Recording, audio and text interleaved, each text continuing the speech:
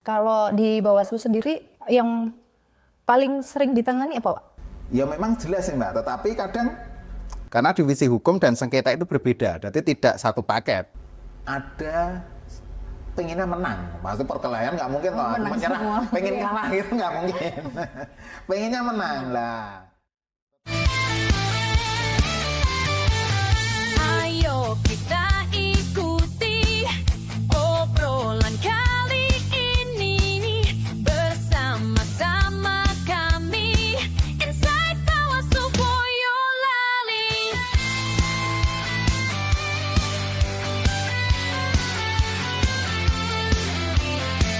Inside Bawaslu Boyolali.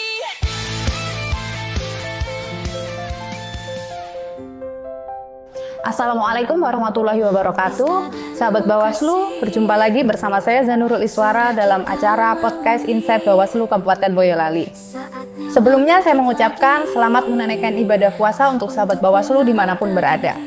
Pada podcast kali ini kita akan membahas mengenai pengawasan pemilu, khususnya dari segi hukum dan penyelesaian sengketa.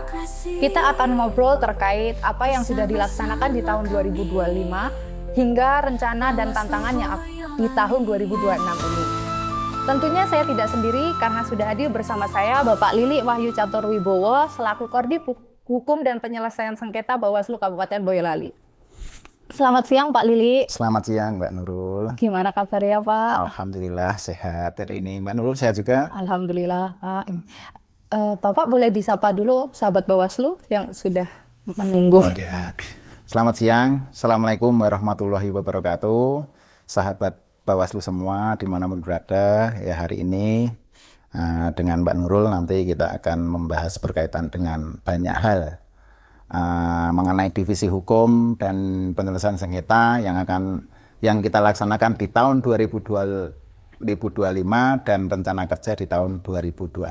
Ya mohon diikuti terus ya. Oke, baik. Bapak untuk mempersingkat waktu, mungkin kita mulai aja ya.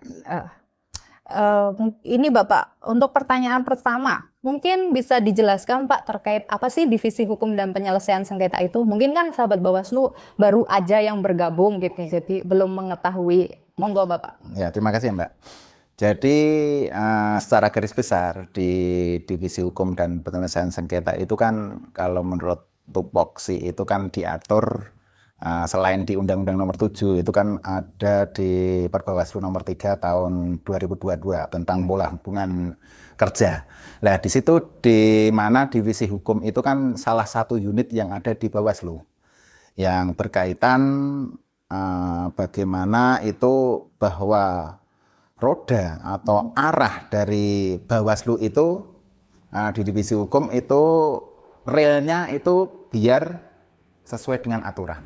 Nah, secara garis besarnya kalau divisi hukum seperti itu. Karena divisi hukum dan sengketa itu berbeda, jadi tidak satu paket. Itu hukum sendiri, sengketa ada sendiri. Lah, kalau sengketa itu berkaitan dengan bagaimana penyelesaian sengketa yang ada di Bawaslu, tetapi berkaitan dengan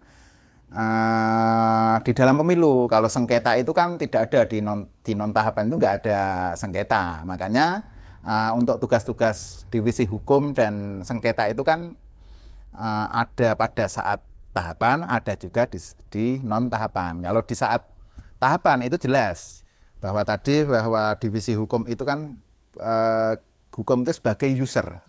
Jadi misalkan ada sebuah peraturan perundang-undangan, misalkan ada PKPU, ada Perbawaslu atau undang-undang baru. Lah, divisi hukum itu sebagai usernya dulu. Berarti yang mempelajari dulu apa isi dari hukum itu, yang nanti itu sebagai user akan merekomendasikan ke divisi-divisi lain sebagai pertimbangan bahwa itu analisis hukumnya itu seperti ini, arahnya seperti ini, yang nanti untuk melakukan kebijakan-kebijakan selanjutnya. Itu secara garis besar divisi hukum seperti itu. Tetapi kalau divisi penyelesaian sengketa, kalau di saat tahapan itu kan jelas bahwa sengketa itu kan pasti ada sesuatu atau kelompok yang dirugikan. Nah, yang dirugikan itu kalau otomatis kalau di dalam pemilu itu kan peserta pemilu. Nah, kalau di sengketa kan jelas. Jadi kan pelaksanaan itu di saat tahapan. Nah, kalau di non tahapan ini apa yang dilaksanakan? Divisi Hukum dan Penyelesaian Sengketa itu membantu berkaitan dengan kinerja-kinerja untuk menjaga eksistensi lembaga, khususnya lembaga Bawaslu ini, bahwa bagaimana peran-peran Bawaslu ini di dalam non-tahapan yang nantinya bisa memberikan edukasi terhadap masyarakat kaitannya dengan tugas-tugas Bawaslu khususnya dalam bidang pengawasan pemilu, gitu, baik yang sudah dilaksanakan atau yang mau akan dilaksanakan untuk perbaikan-perbaikan ke depan, gitu. Secara garis besarnya seperti itu, Mbak. Menurut Oke. itu. Baik, Pak, tadi kan kalau terkait kita flashback dulu nih ke di masa tahapan terkait penyelesaian sengketa. Iya.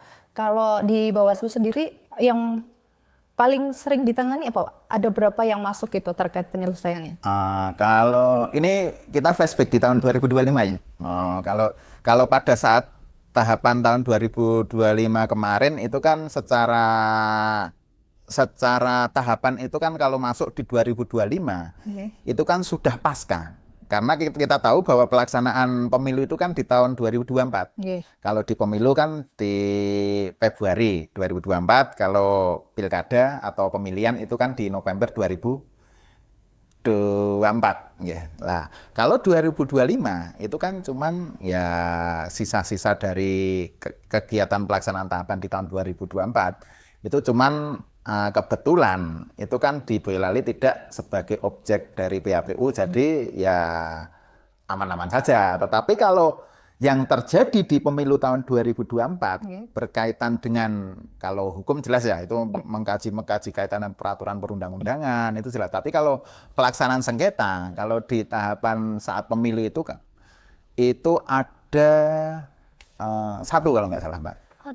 Ada satu.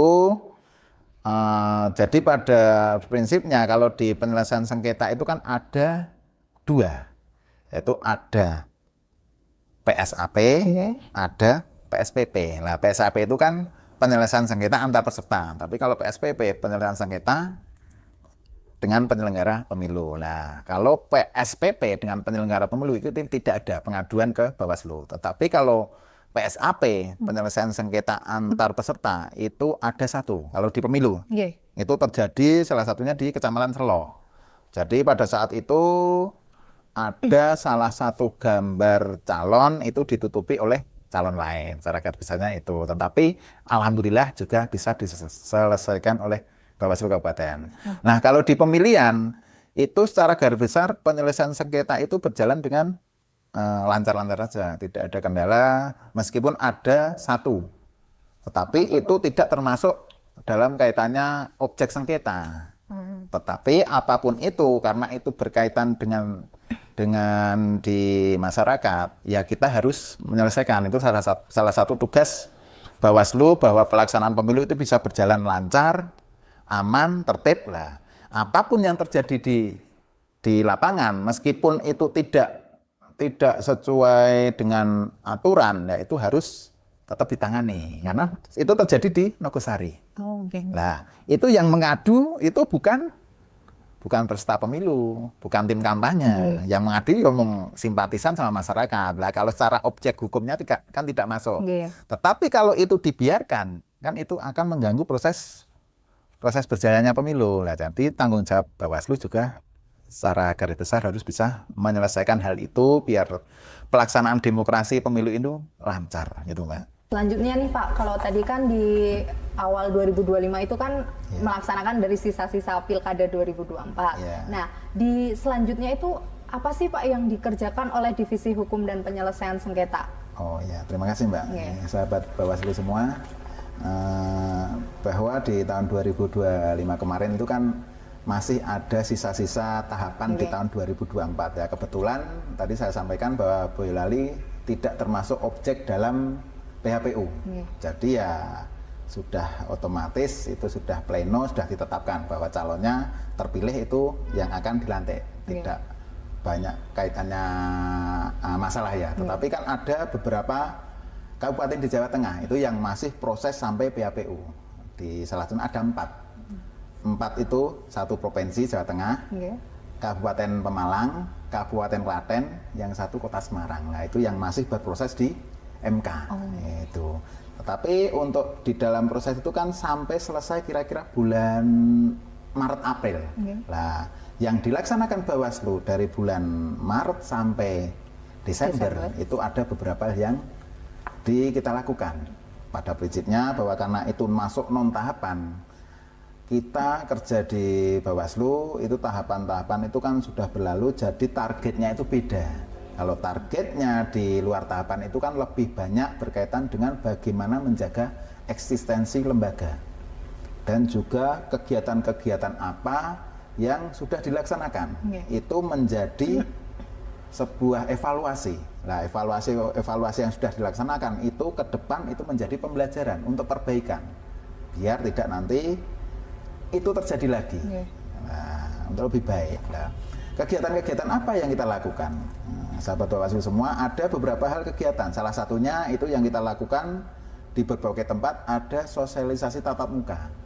Nah, jadi kita itu kegiatan-kegiatannya soan-soan ke sekolahan, ke universitas, ke kelompok-kelompok masyarakat yang kita lakukan. Itu membantu dari sosialisasi berkaitan dengan Bawaslu ini. Kegiatan-kegiatan sosialisasi tentang pemilu, sosialisasi tentang bagaimana meningkatkan kualitas demokrasi melalui pengawasan itu. Nah, itu yang kita lakukan. Yang kedua, ada kegiatan podcast ya, seperti siang hari ini ada tema-tema tertentu yang kita angkat yang nantinya sebagai pembelajaran masa lampau untuk perbaikan-perbaikan kinerja di masa depan. Yang ketiga, ada kegiatan poster edukasi. Nah, edukasi itu lebih banyak ke medsos ya, Mbak. Nah, karena di tahun 2025 itu kita sudah masuk dalam efisiensi anggaran gitu. Sama seperti tahun 2026 ini ya, banyak kegiatan-kegiatan yang kita laksanakan dengan online. Tapi targetnya itu banyak hal tidak mengurangi kualitas. Jadi yang kita lakukan meskipun biaya sedikit, tapi kualitas kita tetap jaga. Gitu. Terus ada film dokumenter.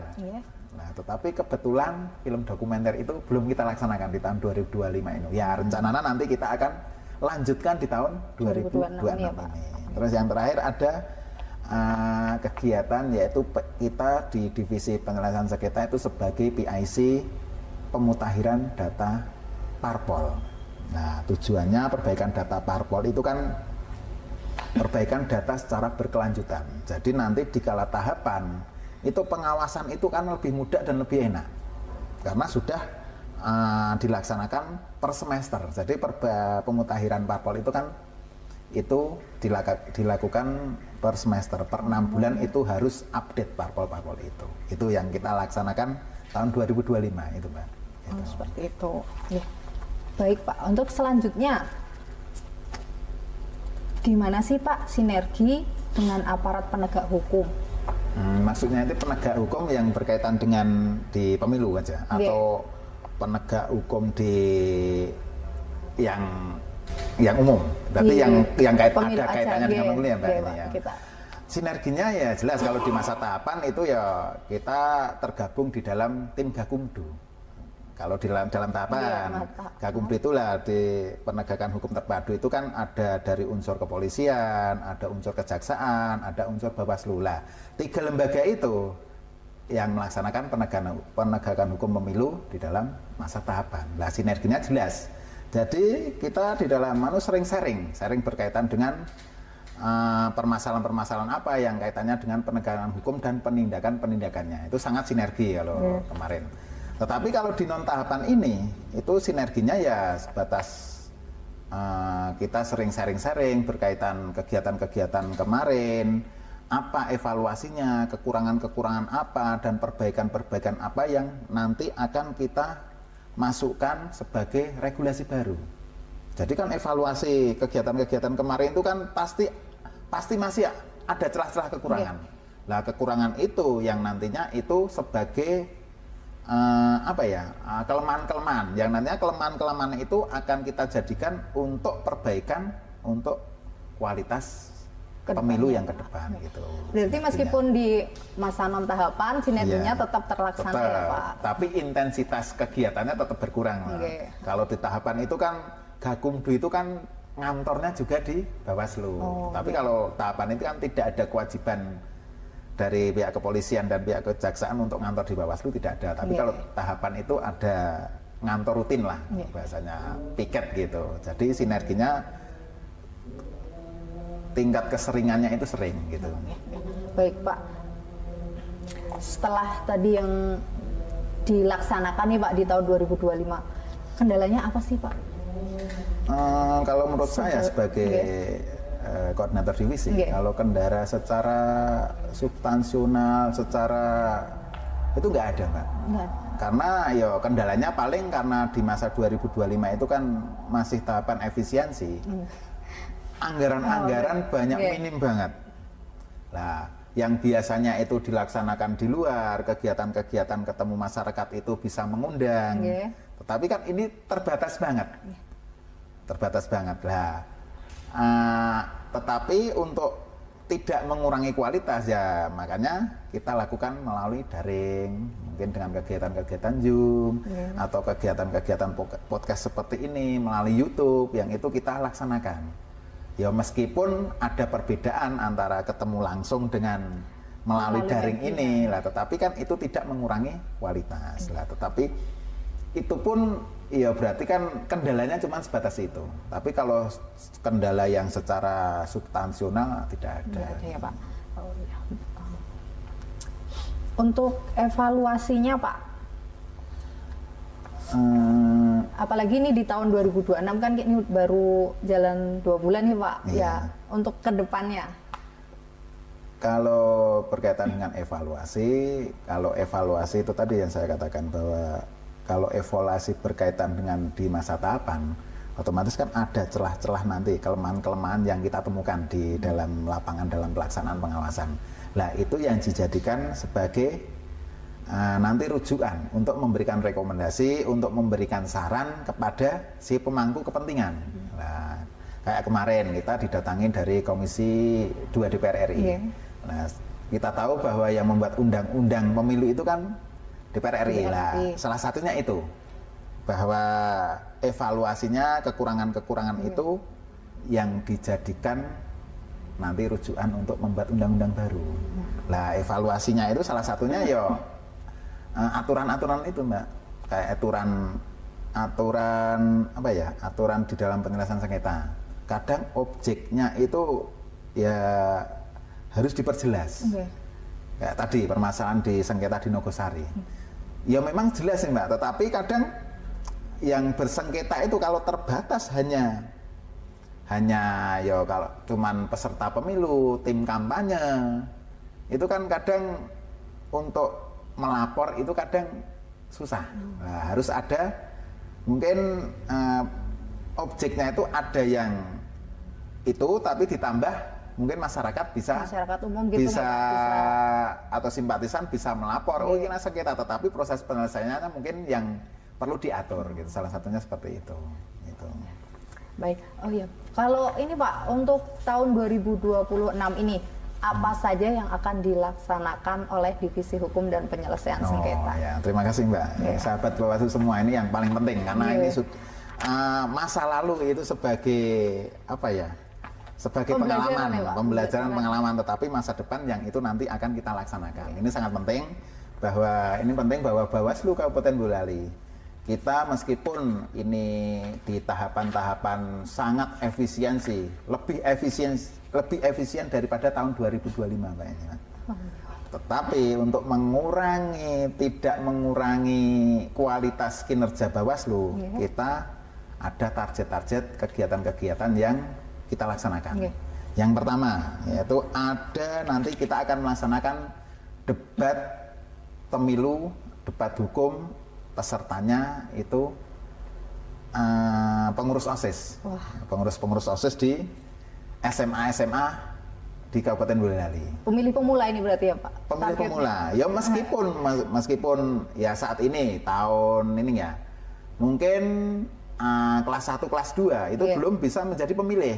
Tetapi kan kita tahu pelaksanaan itu kan di tahun 2029, 3 tahun lagi.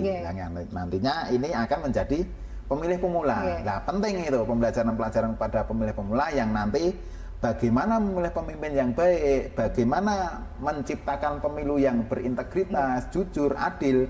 Nah, itu perlu dorongan-dorongan dari pemilih-pemilih pemula. Jadi biar nanti kualitas-kualitas demokrasi pemilih pemula itu pengertiannya juga meningkat gitu. Salah satunya kegiatan nanti ada debat OSIS itu yang rencana kita akan laksanakan antara bulan Juni atau Juli ini 2026 ini, Mbak. Nah, yang kedua itu secara rutin tugas dari Divisi Hukum salah satunya itu kan mengarsipkan produk-produk hukum. Meskipun produk-produk hukum itu Bawaslu Kabupaten tidak mempunyai kewenangan. Yang mempunyai kewenangan JDIH itu kan itu di tingkat pusat RI, tetapi di Kabupaten Boyolali pun kita berusaha menciptakan atau membuat bahwa itu ada JDIH yang nanti bisa diakses oleh masyarakat. Produk-produk hukum apa yang sudah dikeluarkan oleh Bawaslu nanti bisa dilihat di JDIH itu.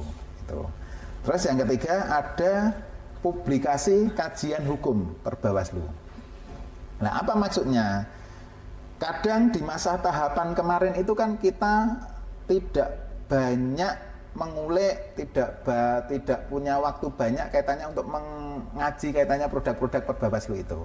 Nah, di masa non tahapan ini kan kita punya waktu yang sangat banyak. Nah, katanya mungkin ada pasal-pasal yang itu perlu kita review atau perlu kita kaji, yang itu menjadi nanti sebagai bahan diskusi. Nah, output dari kegiatan ini publikasi nanti kan berarti bisa lewat podcast seperti ini, bisa lewat flyer atau lewat apa ya, kayak di Instagram itu loh, Mbak. Nah, seperti itulah. Pokoknya memaksimalkan media sosialnya karena ya zaman sekarang itu ya lebih ke media sosial gitu. Terus ada kegiatan iklan layanan masyarakat. Nah, iklan masyarakat itu bagaimana proses kaitannya dengan pengawasan khususnya yang dilakukan Divisi Hukum dan Penanganan Sengketa, biar masyarakat itu tahu bahwa Bawaslu itu kinerjanya seperti ini toh, Divisi Hukum Penanganan Sengketa itu tugasnya seperti ini toh. Lah, itu perlu adanya iklan layanan masyarakat. Terus ada komik kajian hukum. Nah, ini memang terobosan baru, Mbak, komik ini. Komik ini yang nantinya rencana itu kan kita akan keluarkan per bulan. Jadi dengan tema-tema tertentu kita akan per bulan membuat komik. Nah, kenapa itu berawal dari apa perlu komik itu? Ya mungkin kalau orang ya, Mbak, orang itu kan kalau melihat cuman membaca itu kan kadang kurang menarik, jenuh. Iya, Nah, makanya kita kemas dengan sebuah produk komik.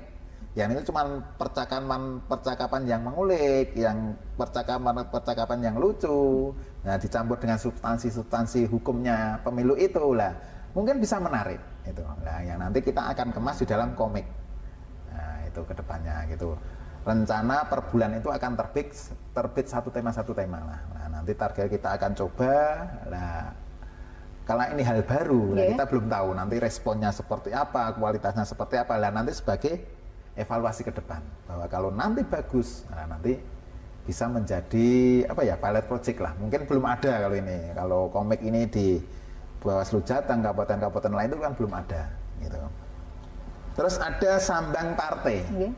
Sambang partai itu salah satu kegiatan ya, kita nanti mengunjungi partai-partai politik berkaitan dengan diskusi ya, karena kalau di non tahapan ini ya bebas saja, tapi kalau tahapan itu kan partai itu kan peserta pemilu, nggak mungkin loh pengawas itu kita terlalu dekat dengan peserta pemilu nanti dikira ada apa-apanya gitu, Mbak. Tapi kalau di non tahapan ini kan sambang partai itu tujuannya kan salah satunya ya kita kenal dengan pengurus-pengurus partai, kita banyak tahu substansi partai, misalnya di partai itu permasalahannya apa toh, tujuannya apa toh, visi misinya apa toh lah. Kita kan pengen tahu kenapa kok di saat tahapan itu kan mungkin partai inginnya A, tetapi aturannya B. Nah, tujuan-tujuan seperti itu. Selain juga kita mengingatkan bahwa pemutakhiran parpol tadi. Jadi kan salah satu tugas dari Divisi Penanganan Sengketa itu kan sebagai PIC-nya penyelesaian sengketa. Nah, itu mengingatkan partai. Memang kalau tidak ada kewajiban kita untuk bahasanya mengoyak-oyak partai Iya. untuk pemutakhiran data itu tidak ada kewajiban, tetapi kita sebagai pengawas pemilu yang tujuannya untuk mewujudkan pemilu yang nanti yang berintegritas, tertib, jujur, adil. Nah, salah satunya proses itu mulai dari sekarang. Nah, Bu Ayu toh partai itu juga sadar pentingnya pemutakhiran data. Toh itu juga untuk perbaikan partai juga. Nanti di saat sudah masuk dari verifikasi partai, nah kita tahu bahwa verifikasi partai itu kan kalau pendaftaran pemilu itu kan kalau parpol yang sudah masuk parlemen itu cukup verifikasi administrasi. Tetapi kalau partai yang belum masuk parlemen itu selain verifikasi administrasi juga verifikasi perpak. Jadi nanti di lapangan-lapangan itu kita verifikasi. Nah, kalau proses pemutakhiran data nanti menjelang tahapan di tahun 2029 nanti ya tahapannya kan biasanya kalau undang-undang lama itu kan 16 bulan sebelum. Berarti kalau 2029 kemungkinan tahapan itu kan mulai 2027 akhir atau 2028 awal. Nah, itu partai kan datanya sudah ada, sudah tertata, misalkan ada kekurangan pun cuma sedikit. Nah, itu akan memberikan kemudahan bagi partai itu sendiri untuk lolos menjadi peserta pemilu. Nah, tujuan sambang partai itu seperti itu. Terus yang selanjutnya yaitu ada kegiatan Bawaslu mengajar. Bawaslu mengajar ini memang sudah dilaksanakan di kabupaten-kabupaten lain. Seperti kita sudah pernah melaksanakan satu kegiatan Bawaslu mengajar itu di UIN Salatiga. Tapi ya di UIN Salatiga ya kita nggak enak sama yang Bawaslu sana karena wilayahnya sudah berbeda lah. Di Bawaslu mengajar ini rencana kita di Boyolali itu kan ada salah satu Universitas Boyolali lah. Kita akan mengajar di Bawaslu, mengajar di Universitas Boyolali. Nah, tujuannya ya kan yang namanya mahasiswa itu kan ya berpikirnya masih kritis, masih idealis. Nah, itu perlu kita masuki hal-hal positif berkaitan dengan demokrasi dan pemilu itu. Makanya penting dari Bawaslu mengajar. Dan biar tahu proses-proses pemilu itu seperti apa, terus hambatan-hambatannya seperti apa. Itu kan biar mahasiswa itu tahu sejak dini. Itu pentingnya Bawaslu mengajar, tujuannya itu.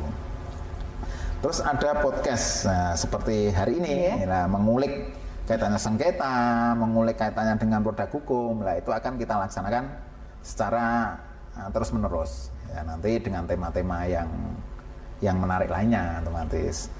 Yang terakhir ada pengawasan pemutahiran parpol. Nah, kalau pengawasan pemutahiran parpol itu kan salah satu tugas dari Bawaslu itu kan mengawasi peraturan perundang-undangan berkaitan KPU. Nah, salah satunya mengawasi peraturan KPU, PKPU lah. Salah satu PKPU itu kan mengatur tentang pemutahiran data parpol. Nah, berarti kan itu harus kita awasi. Kewajiban Bawaslu itu kan cuman mengawasi pelaksanaan di dalam PKPU itu yang telah diatur. Jadi yang membuat PKPU itu kan lembaga KPU sendiri lah. Itu kita mengawasi apakah pelaksanaan sesuai dengan koridor-koridornya. Kalau sudah dilaksanakan sesuai koridornya, ya udah, berarti kan sudah sesuai peraturan yang sudah ditetapkan.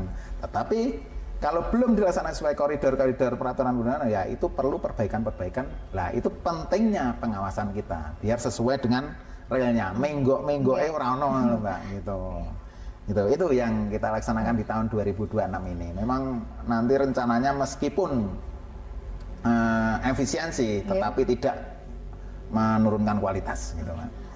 Oh iya, Pak, ngomong-ngomong terkait pemutakhiran data parpol. Iya. Nah, yang selama ini terjadi itu tuh ada nih istilah dicatut oleh parpol. Oh iya. Nah, itu sebagai masyarakat mungkin sahabat Bawaslu ada yang yang namanya ikut tercatat. Apalagi kalau mau daftar CPNS itu kan harus bebas seperti itu, Pak. Oh iya. Itu bisa nggak sih, Pak, kalau lapor ke Bawaslu atau seperti apa? Oh ya, terima kasih, Mbak.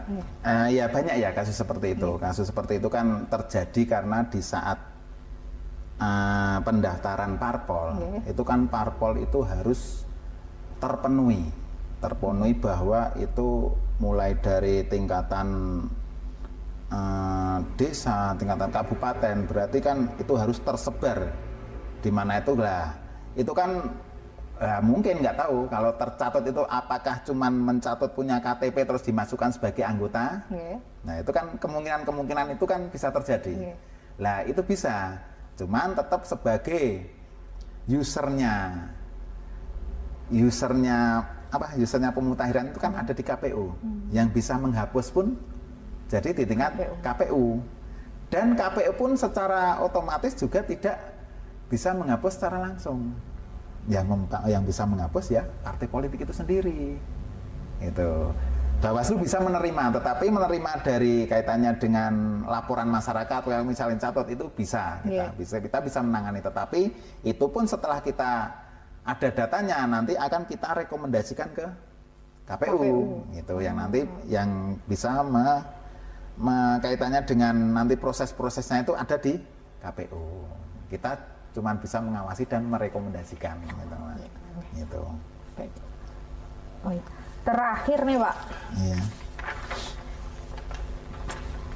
target utama yang ingin dicapai oleh Divisi Hukum dan Penyelesaian Sengketa. Wah, target ya. Iya, Pak. Ya di tahun 2006 ini ya target kita itu tidak muluk-muluk banget. Yang penting kita karena efisiensinya itu sangat-sangat minim banget, anggarannya bahkan sangat minim. Itu ya target kita ya kegiatan-kegiatan tadi yang sudah disampaikan ada 9 poin tadi, itu bisa terlaksana dengan baik. Itu sudah bersyukur. Kita akan berusaha bahwa 9 kegiatan utama dari Divisi Hukum dan Penyelesaian Sengketa itu bisa terlaksana dengan seminim-minimnya anggaran. Itu target utamanya. Karena ini ya di tahun 2026 itu kan belum ada tahapan. Otomatis tidak ada target kaitannya penyelesaian sengketa itu harus seperti apa, nanti PHPU seperti apa, itu kan belum ada target sesuai tahapan. Itu targetnya ya tadi yang disampaikan rencana kerja itu yang penting terlaksana dengan maksimal dengan baik, itu targetnya. Tetapi kalau target kedepannya, target lebih jauh lagi, pada saat tahapan pemilu, otomatis kita punya target yang lebih. Salah satunya kalau di bidang hukum ya jelas kita kajian-kajian hukum itu maksimal, JDIH kita maksimal, advokasi hukumnya itu maksimal. Dikala nanti ada yang tersangkut hukum, misalkan staf atau komisioner lainnya, lah itu salah satu tugas Divisi Hukum itu mengadvokasi kaitannya kegiatan-kegiatan hukum itu. Dan mungkin minimnya sengketa, makanya pentingnya persiapan dini itu untuk mencegah nanti biar di saat tahapan itu tidak banyak sengketa. Kadang masyarakat, kadang peserta pemilu, pemahaman tentang sengketa itu belum utuh. Nah pentingnya makanya di masa tahapan tahapan ini kita sosialisasi. Oh, yang bisa disengketakan Bawaslu itu misalkan poin A, poin B, poin C. Oh, poin D, poin E itu tidak bisa. Jadi tidak semata-mata semua sengketa itu bisa ditangani Bawaslu. Misalkan sengketa tanah itu kan juga nggak bisa. Iya, Pak. Makanya ya sosialisasi sejak dini itu penting biar nanti ya peserta pemilu, karena yang sengketa itu pasti peserta pemilu. Semua peserta pasti pengen menang. Nah, makanya bagaimana caranya itu masalah sedikit pun kadang disengketakan. Tetapi kadang itu bukan ranahnya Bawaslu itu Mbak. Terus ada target lagi zero PHPU. PHPU jelas. Kadang kita sudah melaksanakan tahapan sebagus mungkin. Ada pihak-pihak yang tidak terima. Akhirnya proses-proses itu harus diselesaikan di MK. Nah, itu target kita zero PHPU. Makanya zero PHPU biar nanti yo namanya bertanding ya Mbak. Kalau pemilu itu kan sebenarnya kan pertarungan, perkelahian, tapi yang dilegalkan gitu. Nah, namanya perkelahian itu kan ada pengennya menang. Maksudnya perkelahian nggak mungkin toh menyerah, pengen kalah gitu nggak mungkin. Pengennya menang lah. Tetapi menang yang elegan loh. Iya. Tetapi pasti yang kalah itu, yang kalah biasanya loh ini kalau di pemilu kan kalian mencari alasan, wah dicurangi, wah sana itu seharusnya saya menang kok jadi kalah, hal-hal seperti itu. Itu kadang yang peserta pemilu tidak terima yang kalah itu yang nanti diajukan ke MK. Makanya dengan sosialisasi seperti ini melalui nanti di podcast selanjutnya ya mungkin kita akan membahas berkaitan PHPU atau apalah lah nanti biar nanti masyarakat atau peserta pemilu paham. Jadi tidak semua sengketa yang kaitannya PHPU itu juga boleh masuk di MK, ya tidak semuanya. Ada produk-produk atau ada hal-hal yang bisa masuk di MK, ada hal yang tidak itu Mbak. Jadi targetnya secara garis besar itu kalau di tahun 2026 ini kita target 9 kalau bukan 9 bahan pokok loh, tapi 9 target utama program divisi ini sudah terlaksana, itu sudah bagus Mbak, itu Mbak. Luar biasa sekali sahabat Bawaslu pemaparan dari Pak Kordif ini. Pak, ternyata sudah sampai di penghujung acara, nggak terasa ya. ini Pak ngobrolnya. Sudah hampir 1 jam lebih ya ini. Iya. Pak Lili, mungkin ada pesan-kesan yang ingin disampaikan kepada sahabat Bawaslu. Oh ya, terima kasih sahabat Bawaslu semua yang masih mengikuti divisi hukum dan penyelesaian sengketa. Itu kan salah satu divisi yang menangani berkaitan dengan hukum dan penyelesaian sengketa. Ya lebih jauh memang kalau divisi hukum dan sengketa itu kan tidak banyak berkaitan dengan masyarakat. Katanya kalau divisi hukum dan penyelesaian sengketa itu kan cuman penanganannya itu kan biasanya silent. Cuman di kegiatan-kegiatannya itu yang berkaitan dengan kalau ada sengketa. Itu kan kita baru tampil. Beda dengan divisi penanganan pelanggaran, divisi pencegahan, gitu kan selalu sosialisasi masyarakat. Nah, target dari hukum dan penyelesaian sengketa ini, nah, saya harapkan dengan adanya sosialisasi seperti ini melalui podcast, melalui flyer, itu masyarakat bisa lebih banyak memahami. Berarti kegiatan-kegiatan sengketa, penyelesaian sengketa seperti apa, objek-objeknya seperti apa, nanti bisa dipahami masyarakat. Yang selanjutnya masyarakat juga akhirnya tahu bahwa Bawaslu itu benar-benar bekerja, tapi bekerja menurut aturan. Kadang masyarakat kecewa, wah kok seperti ini Bawaslu, kok seperti ini. Nah, karena memang kita sebagai salah satu divisi di Bawaslu Kabupaten Boyolali itu kan juga cuma melaksanakan aturan perundang-undangan. Lah memang masih ada celah-celah peraturan undang-undangan yang mungkin masih belum sempurna, masih kurang. Lah itu perlu adanya perbaikan. Yang saya harapkan sahabat Bawaslu semua, mari jika ada kekurangan-kekurangan, mungkin perlu pengennya masyarakat ini, sahabat Bawaslu pengen ini, datang saja ke Bawaslu, mari kita diskusi yang nanti kalau itu untuk perbaikan demokrasi ke depan akan kita rekomendasikan atau kita akan memberikan rekomendasi masukan untuk perbaikan undang-undang kita ke depan, untuk perbaikan pemilu yang berintegritas. Itu Mbak. Oke, baik. Terima kasih Pak Lili atas waktunya. Sama-sama. Untuk menceritakan apa yang kemarin sudah dilaksanakan dan rencana ke depannya. Sehat selalu Pak. Amin. Sahabat Bawaslu, demikianlah ngobrol santai kita bersama Kordif Hukum dan Penyelesaian Sengketa. Jangan lupa like, komen, dan subscribe YouTube Bawaslu Kabupaten Boyolali. Saya Zanurul Iswara pamit undur diri. Wassalamualaikum warahmatullahi wabarakatuh. Bersama rakyat awasi pemilu, bersama Bawaslu tegakkan keadilan pemilu. Sampai jumpa. Untuk menata diri, raih partisipasi, untuk jaga demokrasi, bersama-sama kami Bawaslu Boyolali.